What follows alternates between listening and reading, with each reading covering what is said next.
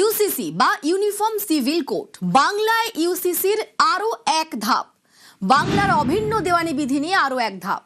UCC committee গঠন, অবসরপ্রাপ্ত বিচারপতির নেতৃত্বে 9 সদস্যের কমিটি গঠন।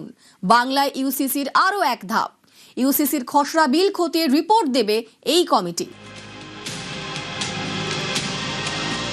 বাংলা ইউসিসির আরো এক ধাপ, অভিন্ন দেওয়ানি বিধি নিয়ে আরো এক ধাপ। অবসরপ্রাপ্ত বিচারপতির নেতৃত্বে 9 সদস্যর কমিটি গঠন। ইউসিসির খসড়া বিল খতিয়ে রিপোর্ট দেবে এই কমিটি।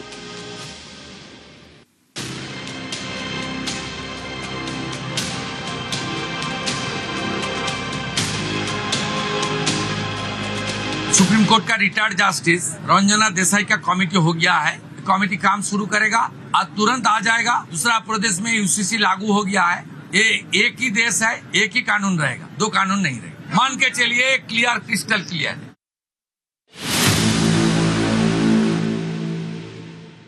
বাংলায় 9 সদস্যের ইউসিসি কমিটি। বাংলায় 9 সদস্যের কমিটি গঠন। কমিটির চেয়ারপারসন সুপ্রিম কোর্টের অবসরপ্রাপ্ত বিচারপতি রঞ্জনা প্রকাশ দেশাই।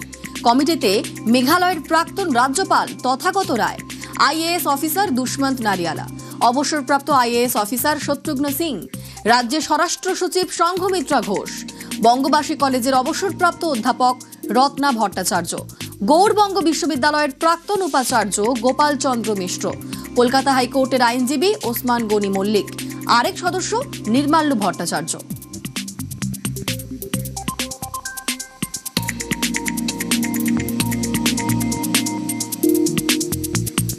ইউসিসি নিয়ে খসড়া বিল প্রস্তুত রাজ্যের। বিলের নাম the uniform civil code West Bengal 2026। এই খসড়া বিল খতিয়ে দেখে রিপোর্ট দেবে কমিটি। এরপর বিধানসভায় পেশ হবে বিলটি। ইউসিসি ইউনিফর্ম সিভিল কোড এ রাজ্য লাগু হবে স্পষ্ট জানিয়েছেন মুখ্যমন্ত্রী শুভেন্দু অধিকারী। ইতিমধ্যেই কমিটি গঠন করা হয়েছে, যে কমিটিতে আপনিও একজন সদস্য। কিভাবে এই কমিটি কাজ করবে এবং ইউসিসি এ রাজ্যে কতটা প্রয়োজন? কমিটি কাজ করবে কিভাবে সেটা তো প্রধানত চেয়ারপারসনের উপর নির্ভর করে। তো চেয়ারপারসন রঞ্জনা দেশাই যিনি হয়েছেন, উনি যেরকম বলবেন মোটামুটি কার্যপ্রণালীটা সেরকমই হবে। বিরোধীরা বিশেষ করে তাদের বক্তব্য, তারা বিরোধিতা করছে এবং তাদের বক্তব্য যে একটি বিশেষ সম্প্রদায়ের জন্যই এটা করা হচ্ছে, তাদের টার্গেট করে। সেই জায়গা থেকে আপনার কি মনে হয় এক দেশ এক আইন এটা হওয়া প্রয়োজন? বিশেষ সম্প্রদায় মানে তো মুসলমান, কারণ অন্য সম্প্রদায়ের লোক সংখ্যায় খুব বেশি নেই এবং তাদের নিয়েও কোনো সমস্যা নেই।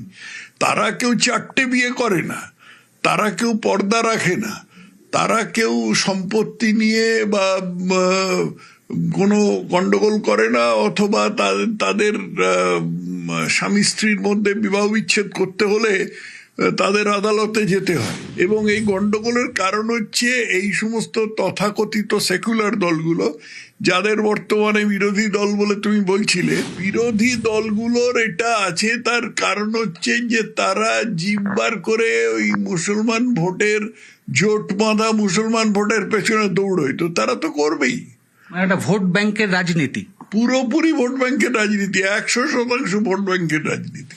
এটাই তো আগামী দিনে কেন্দ্রীয় সরকারেরও লক্ষ্য, গোটা দেশে ইউসিসি লাগু করা। অবশ্যই লাগু করা হবে। আমি একটা খুব ছোট প্রশ্ন রাখছি, ফৌজদারি আইনটা কিন্তু ইউনিফর্ম। আইন তো দুরকম হয়, দেওয়ানি আর ফৌজদারি। দেওয়ানি আইন মানে সিভিল ল, আর ফৌজদারি আইন মানে ক্রিমিনাল ল। ফৌজদারি আইনটা কিন্তু সব পুরো দেশে এক, এবং সেটা নিয়ে কোনো সম্প্রদায়, কোনো কোনো বিরোধী দল কোনো গোলমাল করে না। ফৌজদারি আইন যদি এক হয়, তাহলে দেওয়ানি আইন কেন এক হবে না? এবং আসামে যেটা হয়েছে, উত্তরাখণ্ডে যেটা হয়েছে, সেটার থেকে পশ্চিমবঙ্গের আইন খুব একটা আলাদা হবার কোনো প্রয়োজন নেই।